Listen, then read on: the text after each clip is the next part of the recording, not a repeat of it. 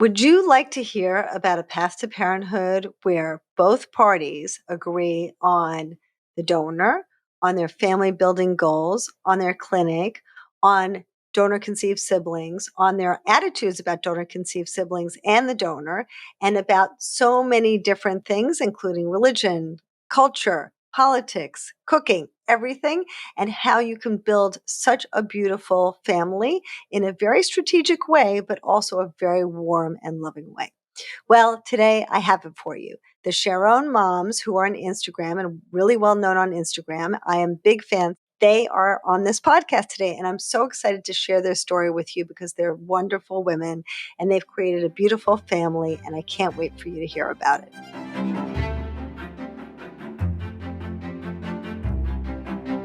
Welcome to Building Your Family. This is a podcast about fertility treatment, donor conception, surrogacy, and all the ways the modern family is built. And today I have a special treat for you. Today I'm going to introduce you to Brit and Sydney, also known as the Sharon Moms. They are fantastic women, and I have such a good time watching their Instagram feed. They talk about their lives and their families and about cooking and about all the things that it takes to be a fantastic mom. And they admit they're tired moms like the rest of us, which is great. They really keep it real and they give us their heart and soul, and they will do that with us today. And I'm so grateful to have them here. Welcome. I'm so glad to have you. Thank you for coming. Thank you, Lisa. We're so excited to be here. I know it's been a long time coming, so I'm happy that we're able to hit play. Yep. Yes, me too. So let's talk about your family building journey to start, if that's okay. I mean, I need to say we can start a little bit before that because I know you were high school sweethearts, which is really beautiful. So maybe about how you met and how you decided that you want to build a family together. It's debatable how we started. We have two very different versions of our relationship origin story. We both agree that we went to middle school together. We both agree that we went to high school together. We both agree that we went and we moved to Israel at the same time together. Oh, intentionally? Like, I didn't go because she was going and she didn't go because I was going. Oh. We both were hanging out on a morning before high school. Everyone's talking about where they're going after high school. I'm going to this college. I'm going to this college. I said, oh, I'm going to Israel. I'm, going to do some stuff. Like, I don't even know what it is. I just signed up for something. And she's like, I'm going to Israel too. And we just kind of connected from there. And then I think that kind of solidified our friendship. Our paths. For you. We became friends. We were friends already. But we became like friends. Like, I was like, oh, she's my people. Like, we became better friends. I think we were more than acquaintances, but we weren't like besties. No, we weren't. And then I learned that we were doing the exact same gap year program at the exact same time. And we went to Israel. Yeah, so we went to Israel. All of this we agree on. We agree on all of this. We are not in a relationship at this point. We're just friends. You're out. I am out. I had only dated guys. Yes. She didn't really identify as anything but straight. And I mean, I feel like when you like come out, it's kind of like you're straight until proven otherwise. That's my journey. That's what I always say. That's very interesting. Yes. And this is my case study. We just had one fun night in Tel Aviv. We ran into each other at a club and, we shared a few kisses. I'm like not even looking at the camera right now. we just had a good night. And then at the end of the night at like the club, like 3 a.m., 4 a.m., whatever, we go our separate ways with the different groups that we showed up with. And I don't think we see each other for like 6 or 7 months. We had a few crossings. They're all very brief, always very friendly. In public settings, like I'm walking in place, she's leaving the place, like that kind of stuff. But it wasn't until that year ended, we moved back to the States. Brit went to a college out here in California. I went to a small liberal arts school. There was like, I think 1,600 kids in the entire college. Out in Maryland. Mm-hmm. And I was miserable. I was so homesick. Moving to Israel was the best decision I ever made. Coming back, I had culture shock coming back here. And I felt like I had so much growth and opportunity in those 10 months living in Israel that when I came back, I kind of just felt like I had outgrown my old life. And that's, I think, when things really kind of picked up for me and Brit. Skype was a newish thing. We would Skype all day long. Yeah. I'd see Brit at college with like blue skies and palm trees. And I was like, where are you? And she's like, I'm in college. And I'm like, I'm on campus. I need to go to that school. I wound up coming home after that first semester. We connected and I fell hard and fast for Brit. And we agree on that. like no rhyme or reason. I'm like flabbergasted. I fell for her. I fell in love with who this person was. It just so happened to be in a female body. And I think we started dating in Passover. Yes. And we were about to turn 20 and so we're celebrating our 35th birthdays this year. So we've been together for 15 years now. Yeah. Wow. So wait, you didn't fall in love before after your first kiss? You didn't say, oh my God, that was magical. See, she said first kiss. Okay. That's the argument. She like, says that we never like a technicality. Hold on. Just to give you context. Yeah. Okay. The first kiss was in Israel. You agree. Right. Yes. She says, no, our first kiss was when we first started our relationship, which was, like 2 years later in Los Angeles. So what happens in Israel stays in Israel. It was a technicality. That's the wrong city. That's the wrong place. We been together since we were 19. I'm 35 as of last week. She's 35 as in, 5 weeks from now. 15 years, so, 8 years married, 3 children, a mortgage, and all the fun things that comes with. All right. So you both agree you fell in love when you were back in the States, right? Mm-hmm. Okay. So at what point did both of you say, we want to have kids? And how did that go? So we always both knew we always wanted kids. Yes, but what date was that? Okay. Second, third? Yeah. Oh, it was like first 3 dates where it's like, how many kids do you want? And we both on the count of 3 said 4. And so lesbians know what we want. Yeah. We just are like, yeah. So we always knew we wanted children. We always knew we both, in our opinion, 4 equates to a big family. We knew we both wanted a big family. We were always intentional about that. So during our wedding, our registry had a future family fund. And we had people donate to that. And so, some people have a honeymoon fund. Some people have a house fund. For us, we wanted, we knew the journey it would take to have children. We thought. We thought we had tons of money after we thought people were so generous, and they were. And then we got sticker shock when we went to the doctor and we found out what it actually would cost. But, but I'm really proud of us for having the foresight to be like, we can do without China. We can do without a KitchenAid mixer. Like those are all things that in hindsight, you can kind of buy at any time.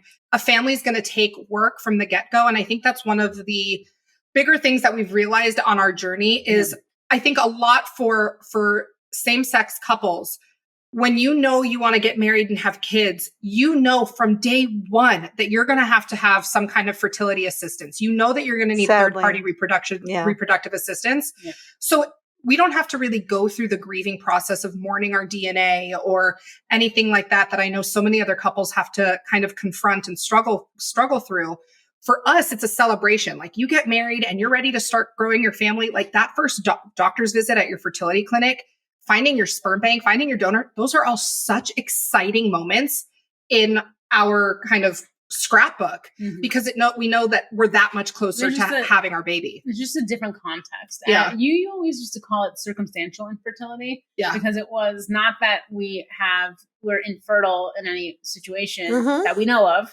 We were young, we were fertile as far as we knew, but we needed assistance because we were missing key ingredients. And so we call it circumstantial infertility. It was our circumstances that had us be at this point. And I kind of wanted to be a mom since I could speak. I have wanted to be a mom my whole life. Brit always dreamt of a family, but kind of out there someday, maybe one day. And having to risk the crime, just living in the moment, just enjoying. But life. when I think one of our strengths as a couple is for the things that matters, we're always on the same page at the same time, which I think is fantastic. That's fantastic. It's been I think that's one of our biggest strengths. We are complete opposites in personality and our likes and our dislikes. But when it comes to things like our ethics and our values and our family and faith, we are same book, same page, same time. And fantastic. I think that's so rare and we do not take that for granted. I feel like we had a lot of really amazing resources, and like our village around us made our process so easy, because I had a cousin, heterosexual couple, they dealt with infertility and they went to a reproductive endocrinologist and they already had a fertility clinic. And then we have other family friends who are two older gay women who've already, their youngest kid now is like just got married. Yeah. Like, so their kids are in their 20s and they went to a sperm bank. So we used, and they're also like, they're at the forefront of surrogacy and like they like family equality. Yeah. And like, so we have all these resources kind of at our disposal where so many pieces of a formula that I think a lot of couples go through, we already kind of had them all. We just had to say, okay, when are we going to that fertility clinic? Okay, when do we call that sperm bank? Okay, how much time do we need to pick a donor? We had so much hand holding through our process that I think one of our biggest missions and one of the reasons we first started our Instagram account like 5.5 years ago was, can we be that for someone else? For somebody that might not have the family resources, for somebody that doesn't have people close to them and it wasn't as talked about as it is now. How can we say, this is what we did? Yeah. In our first interview, we interviewed our fertility doctor, and before we decided to make an appointment, he basically was like, we're like, what are the statistics? Like, do we need to do IVF? What does that cost? Do we need to do IUI? What does that cost? And then what are the like success stories? What's the ratio? Like, tell me some data that I can stick to, because that's how my mind works. And he's like, yeah, we don't really have any data on fertile young women that just need fertility treatment because they don't have, a guy to impregnate us, basically. And so we walked away from that. I know I did, from that meeting, and saying like, he was great. I got what he had to say, and we ended up moving forward with him. He was that great. And then it was like, but we need to like put some information out there for people, because if there's no information for us, we need to like pass whatever we learn on. Whatever we learn, we need to pass on. And so that was the origin story of like the Sharon Moms and our blog and our podcast. Not our podcast, that came later, but our Instagram and like just documenting everything that we put on YouTube and all that stuff.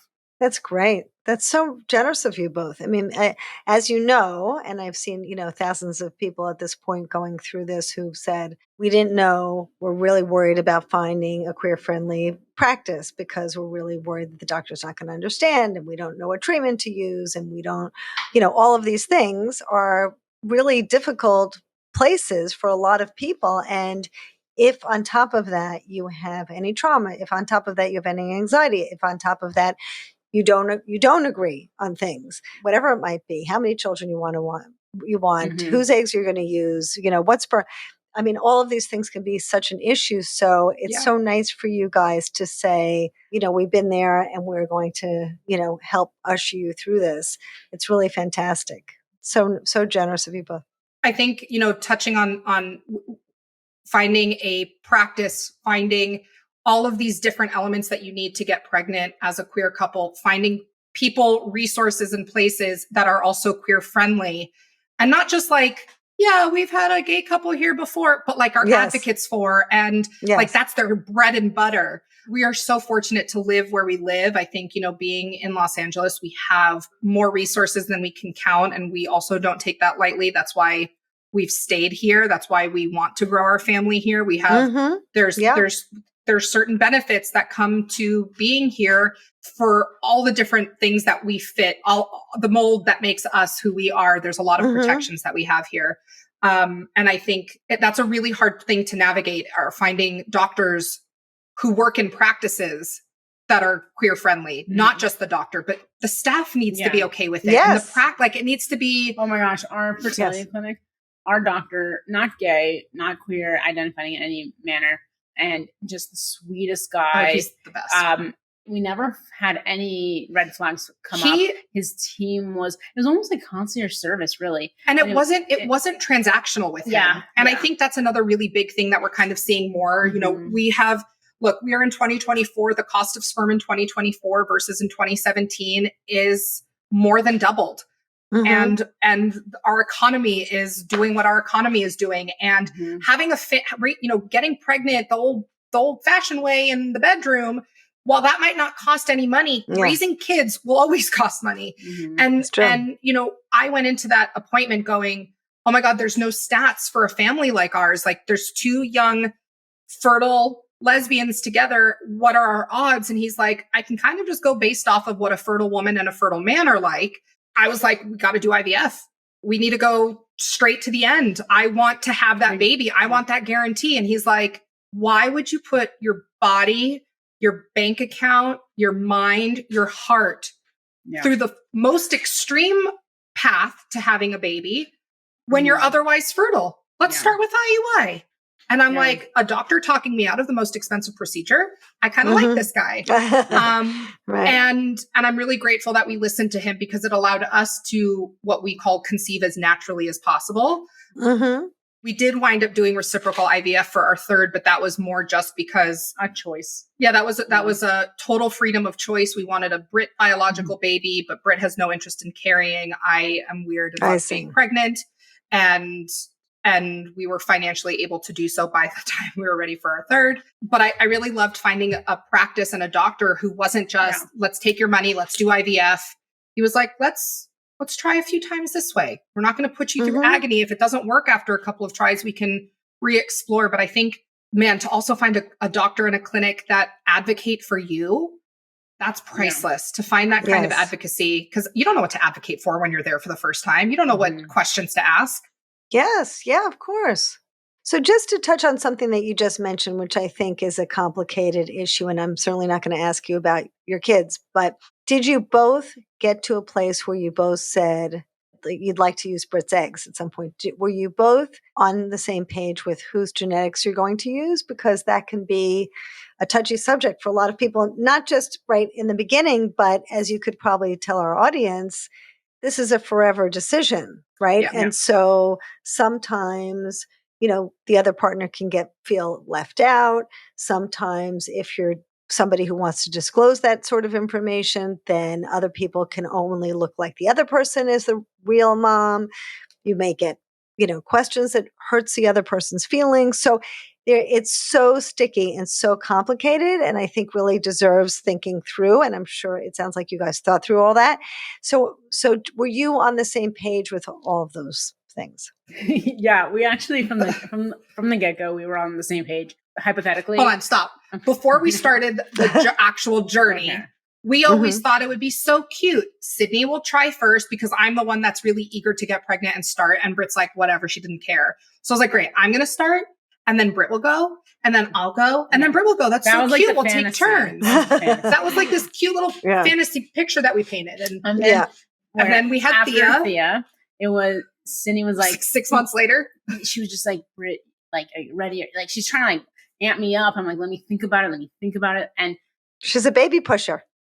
3 months later, literally, I was like, all right, I think I'm ready. Yeah, literally. I'm ready.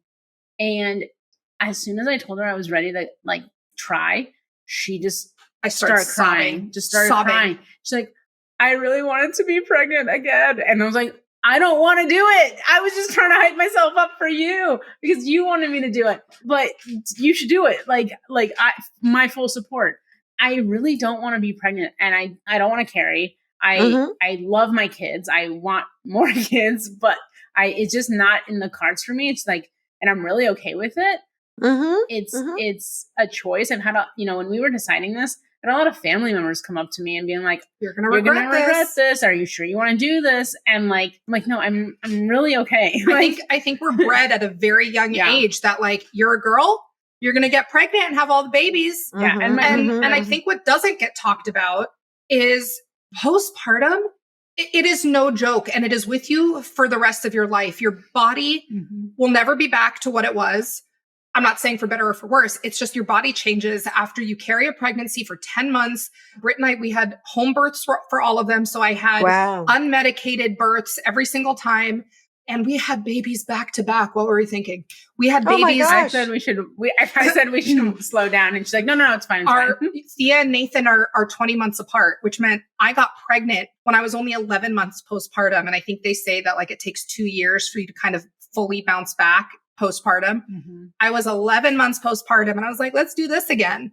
Oh my gosh. Holy mackerel. the thing we did not I'm think still about, stuck on the unmedicated delivery. I'm still stuck Oh, there. I know. I can't. It was wonderful. I was like, are you sure? I loved my births. I had very joy-filled births. I had a lot of education. I had a lot of practice. It was, we didn't just go into it blindly. We took a lot of classes and preparations and did all of the things we needed to do very early on.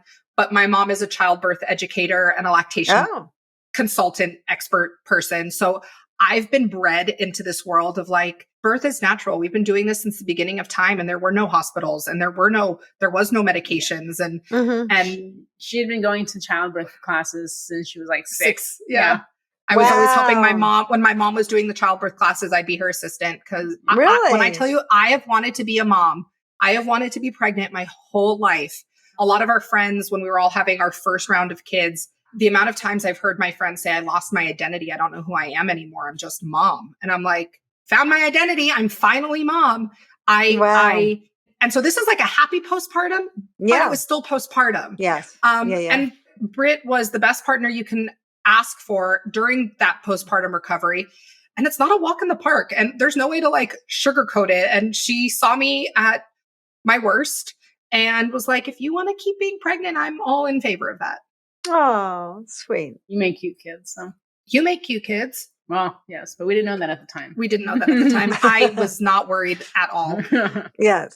Yeah. So we did IUI for both Thea and Nathan. So they're our first. We wanted to do it as if it was going to be my body and we didn't have to do IVF and be on all the meds.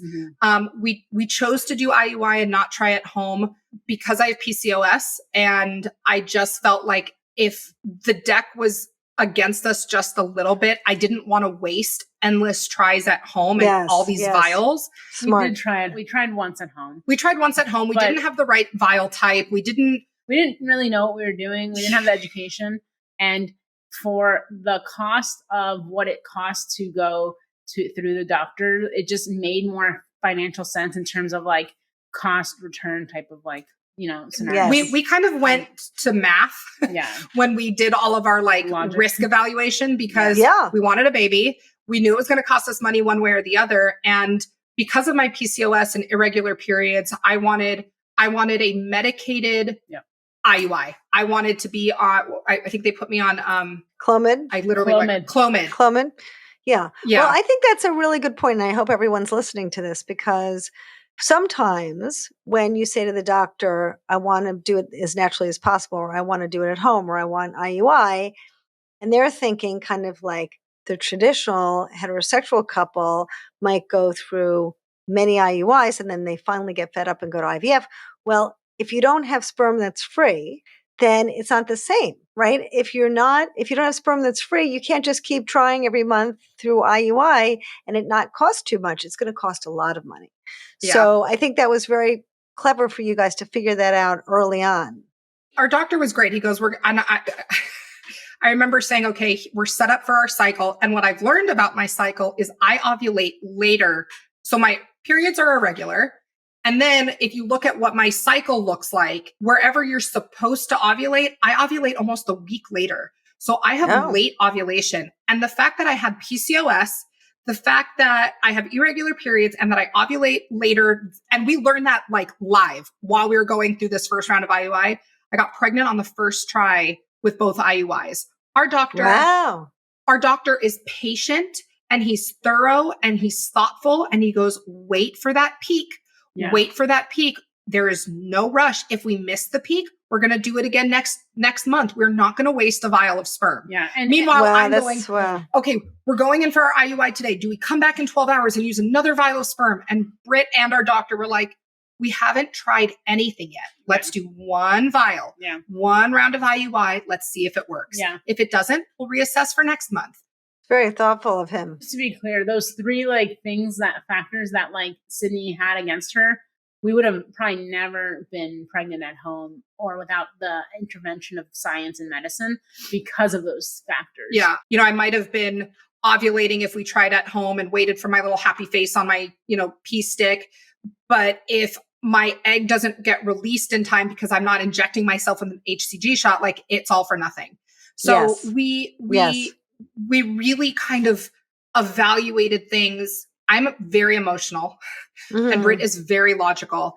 And this is one of those times in our life where I had to rely heavily on Brit's logic and her. It's how we picked our sperm donor. I let Brit pick. I was like, Really? I found my person. I don't really care what sperm donor we have. Like, we're going to the best sperm bank. So if we chose any of the donors, they all have to be qualified to be on the catalog. So you can't really go wrong. And Sydney was like, well, he seems nice and his pictures are beautiful and he likes coloring and cooking. It's like, we're not marrying this guy. Like, Right, I exactly. strictly went to the medical history. I went to the family history. I went to his history You're of the like voice of reason, Brit. of like, I looked at his SAT scores. I don't know really like if that matters that much because SAT, that's like such a nurture versus nature. Yeah. It's like, it's a made up stat. Yes. So, and like, it's unheritable anyway. Yeah. So like, I looked at like okay, he has his hair, how his hair is. And like, we kind of want someone that kind of resembles our family lineage. We did. But Brit was nothing crazy. Brit was so strategic. She's like, look, between me and Brit, we have 3 brothers and we each have a dad. All 5 of those men are between like 5'11" and 6'1". All have brown hair. Cool. Let's narrow the donor by that. Like, that is a blend of our family. Brit also narrowed it down by blood type. She was like, we should have a donor that has one of our blood types in case our child ever needed anything. Our first line. We can be first line of defense. Yeah.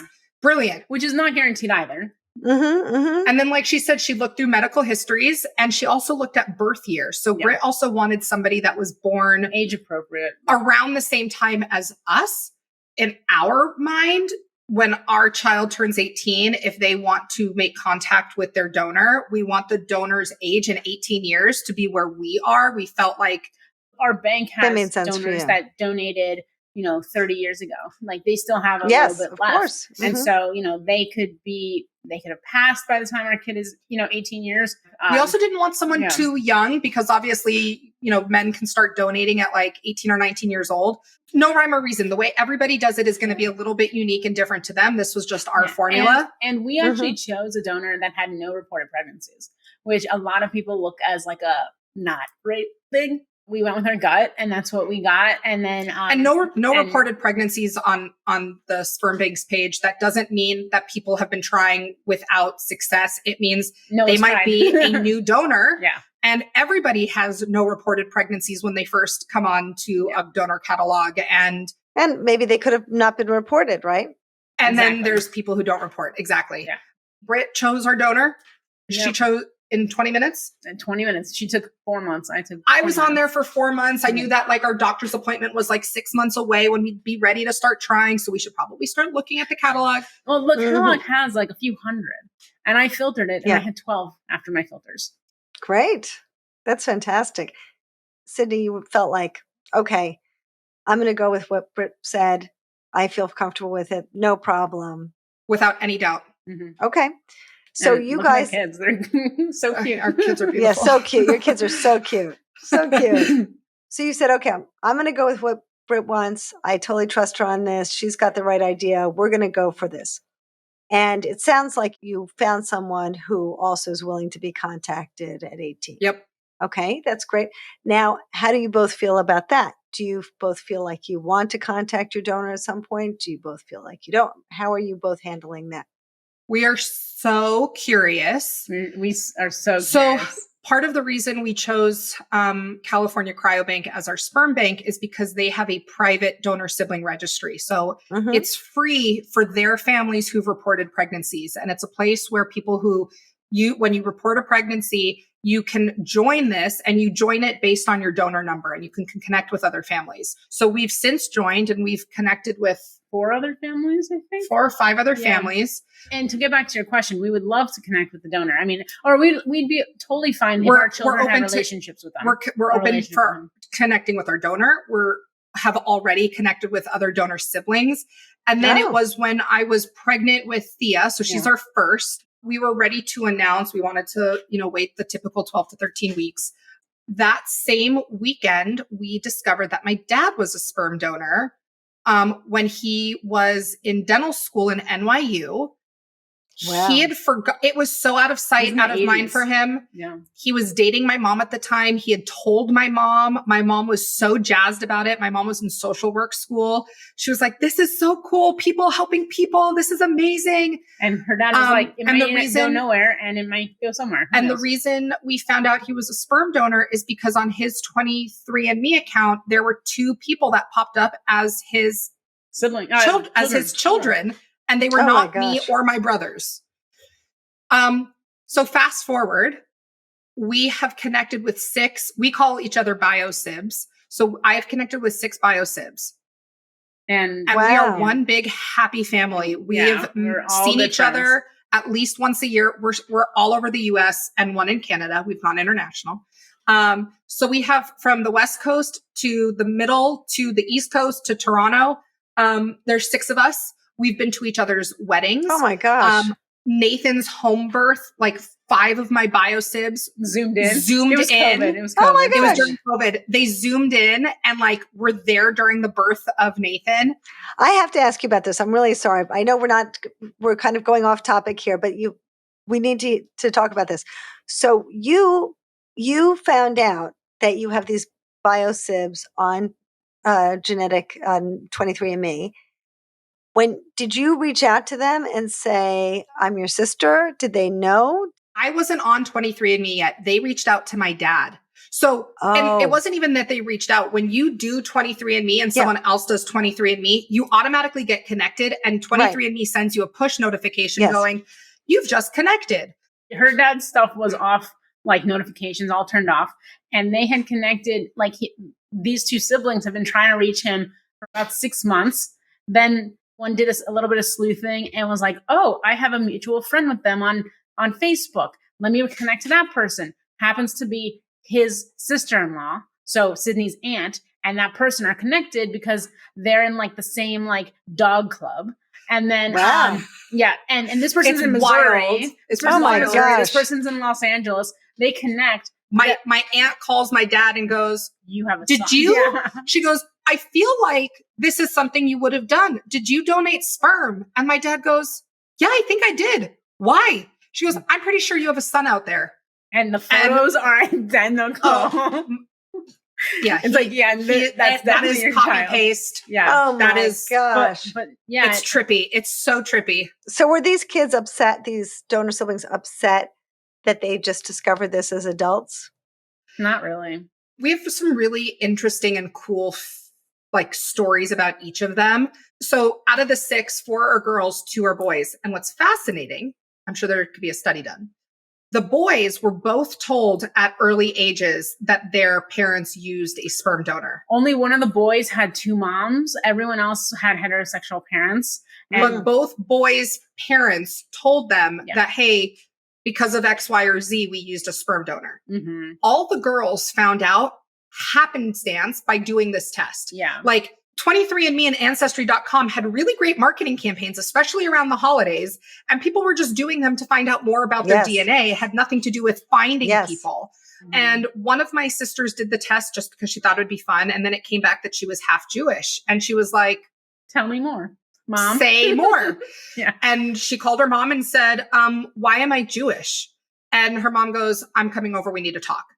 One of my other sisters, when she found out in a traumatic way, but with relief. So the dad that raised her was not a good guy.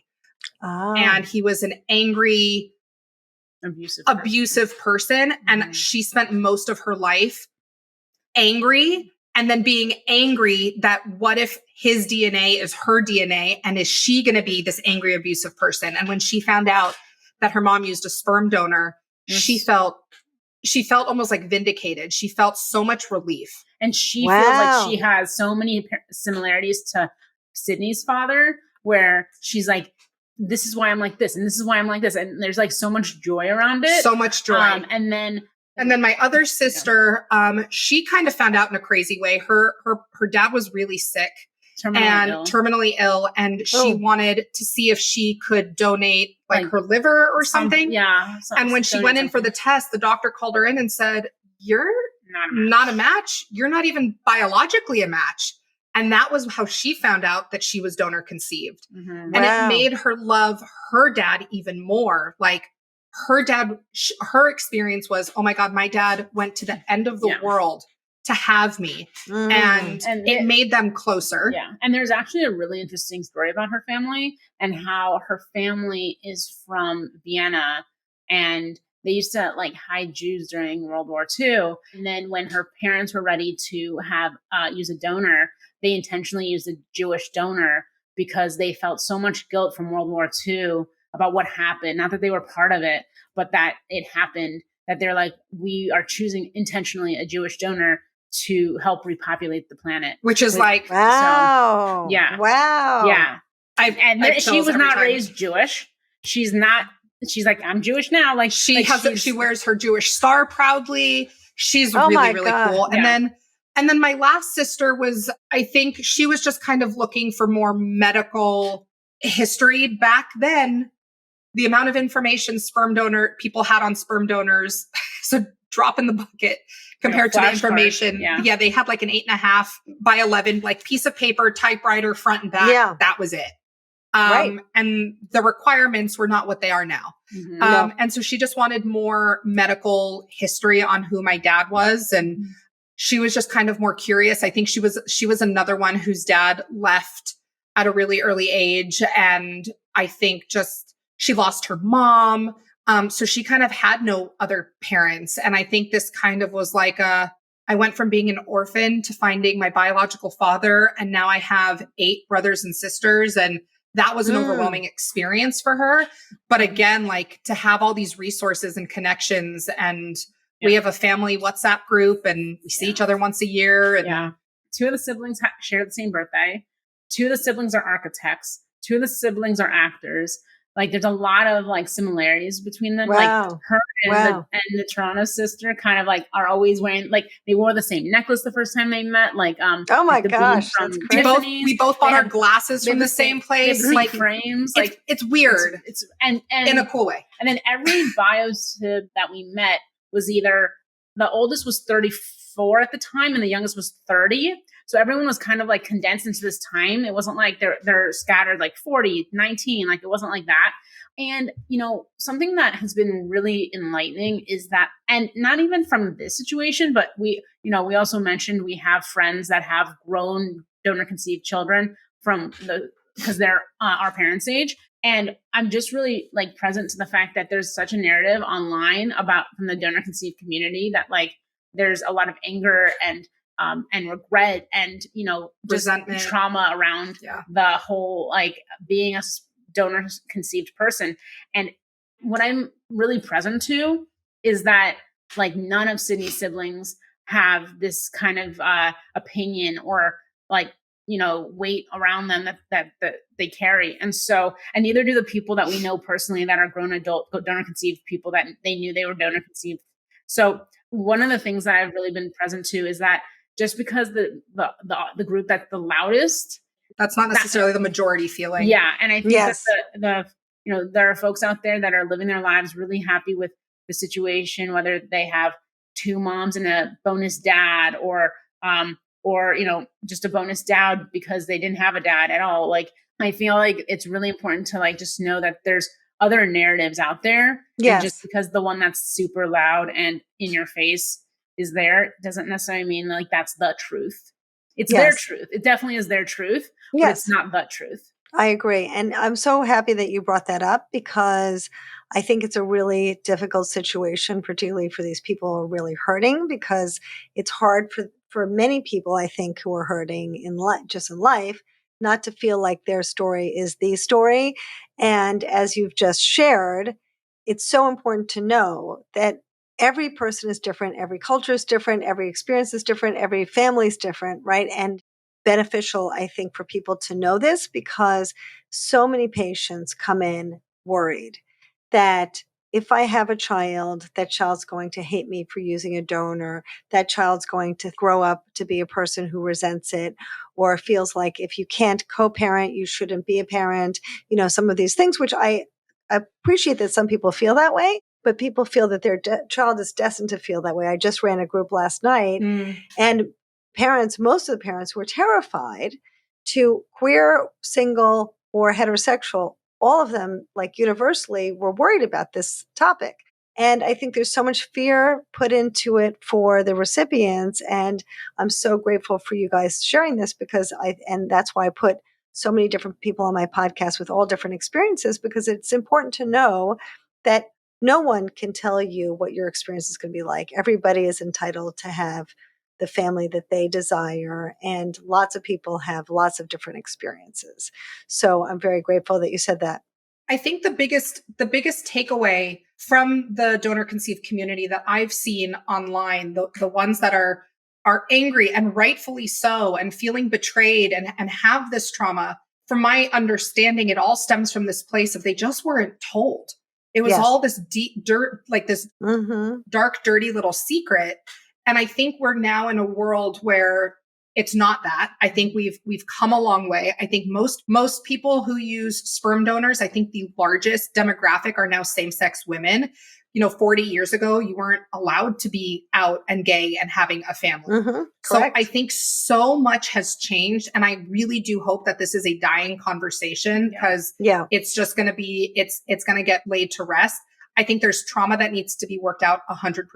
I think that as long as parents are open and honest, kids are going to have questions regardless of how they came to be, regardless. But we are curious beings by nature.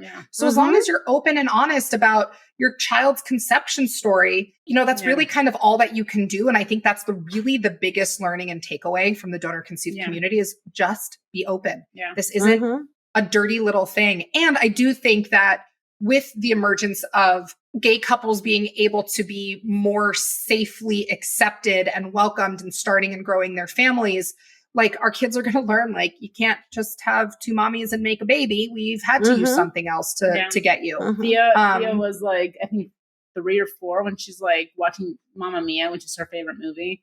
And she's like, why does Sophie have 3 dads and I don't have any dads? And I'm like, well, and then we just started having that conversation. And literally I'm starting to talk and she's already like still back to watching the movie. Like but she says, 3. She says stuff and we're prepared. And, obviously. But I think that's the other thing. We're prepared in that our children are going to have questions. We're not prepared like we know what we're going to say. The way each child asks it, you need to answer them based on who that child is. And like the amount of times Brit and I will tell our kids, like, we don't have the answers and we don't know and we're trying. I spoke with someone who, I asked, I said, how do you share your donor conception story with your child? And she said, I started practicing when they were newborns. Correct. Because when they're newborns, they don't know what you're saying, but it's really good to talk to your baby.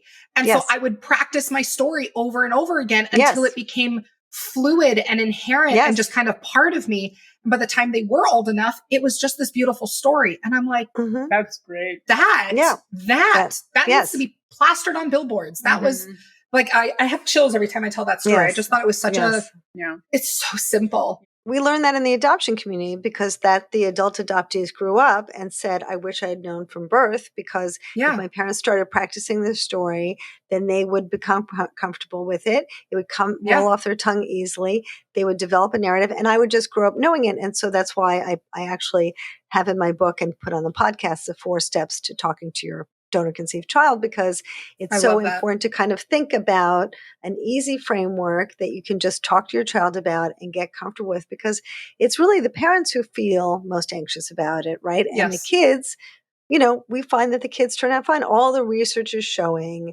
that the kids are turning out fine. They're doing great. And all kids are going to be different, right? Some kids are going to care. We have lots of families who one kid cares and one kid doesn't care. One kid wants to meet their donor. One kid wants to meet the siblings.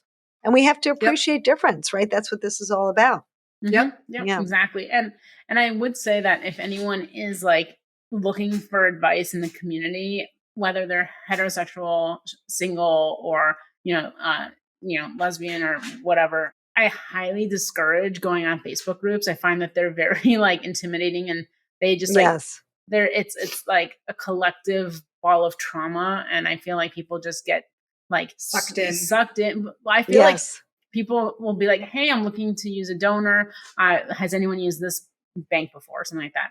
I'd love some feedback. And then people chime in and they're like, don't do it.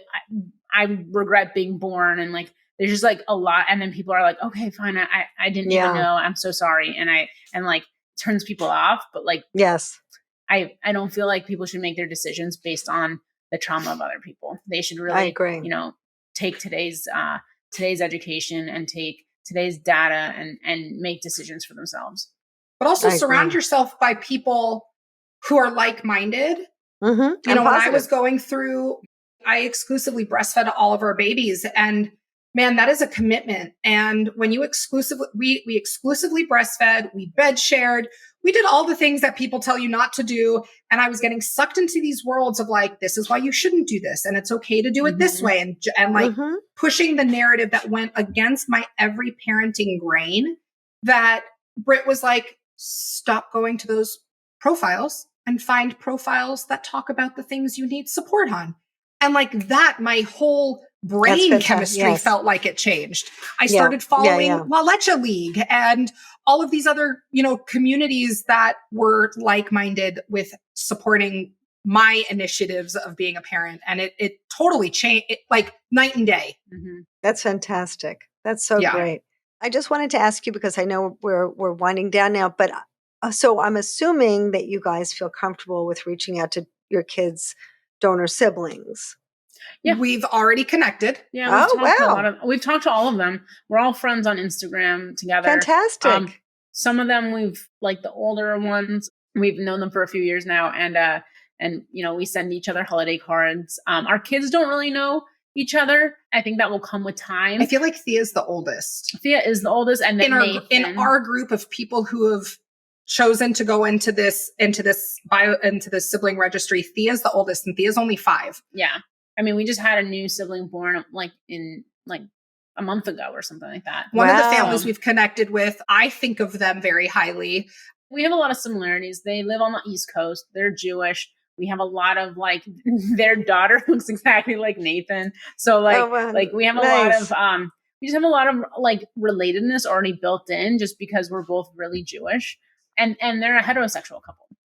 And look, I think the other benefit to joining this group is they ran out of sperm trying to conceive their firstborn, and they were ready to start the second, and they only had a vial left. It didn't work. And we were able to connect and form this relationship. And because we still have vials, it also allows for this more intimate community to help each other with building family within our, the families that already have siblings. So we were able to transfer them a vial. And they're now pregnant and they're expecting. And that's beautiful. We're happy. We feel very blessed. I feel like a lot of our story kind of has these rosy colored glasses on, and I'm aware of that. I know that's not the case for everybody, but your life is what you make it, and you get to be the author of your own it's life. It's just how we choose to look at it. I mean, we could be here complaining that we had to spend $28,000 on IVF, and we had to spend $12,000 on vials, and we had to we could complain about everything, or we can just the opportunity to be able to build our family and to feel safe and to be able to expand our lineage and just build the family of our dreams. That is really beautiful. And I do think there are rosy glasses, but we need rosy glasses in this day and age in the biggest way. We need on a number of levels. But certainly I think for everybody out there, I hope you take this to heart, because there is a lot of discouraging messaging out there on every level. And it's really important to know that you can decide, yes, I want to build the family of my dreams, but also you guys have showed us today how important it is to be thoughtful about the choices you make, whether it's choosing a clinic or choosing a donor or choosing to reach out to siblings, that you really need to kind of think through all the pieces. And I really appreciate you guys so much. And we'll definitely have to have a part 2, because it's so nice to speak to you all. But for today, let's share with the audience where they can reach you, because I'd love people to reach out to you and follow you on Instagram. Yeah. Yep. We're at the Sharon Moms, TheSharonMoms, the Sharon Moms. Yeah. And then from there, you can find our YouTube, our blog. Instagram is the best way to get in touch with us and kind of. It's the hub. It's our hub. Yeah. It's our little Okay. family hub. That's great. And you'll find lots of things. You'll find culture, you'll find cooking recipes, you'll find all kinds of wonderful things. Yeah. I mean, this is the place to go. So, Yeah. so Thank you so much. It's such a pleasure to see you guys. And thank you for sharing with the audience. These are really important messages. And Likewise. until next time, we will continue and blessings to your family and to all of you Thank out you. there. You're welcome. And please, all of you out there, reach out to them and subscribe to this podcast and get any help that you need also at my site on familybuilding.net and also on our newsletter, which is great and chock full of information. So until next time, thank you so much for joining us. Bye. Bye. Hi, it's Lisa Schumann. I hope that you enjoyed that video and I hope it helped you. And if it did, please give us a thumbs up and subscribe because that's how we keep going. It's really important to us. And if you liked it, you might like this one.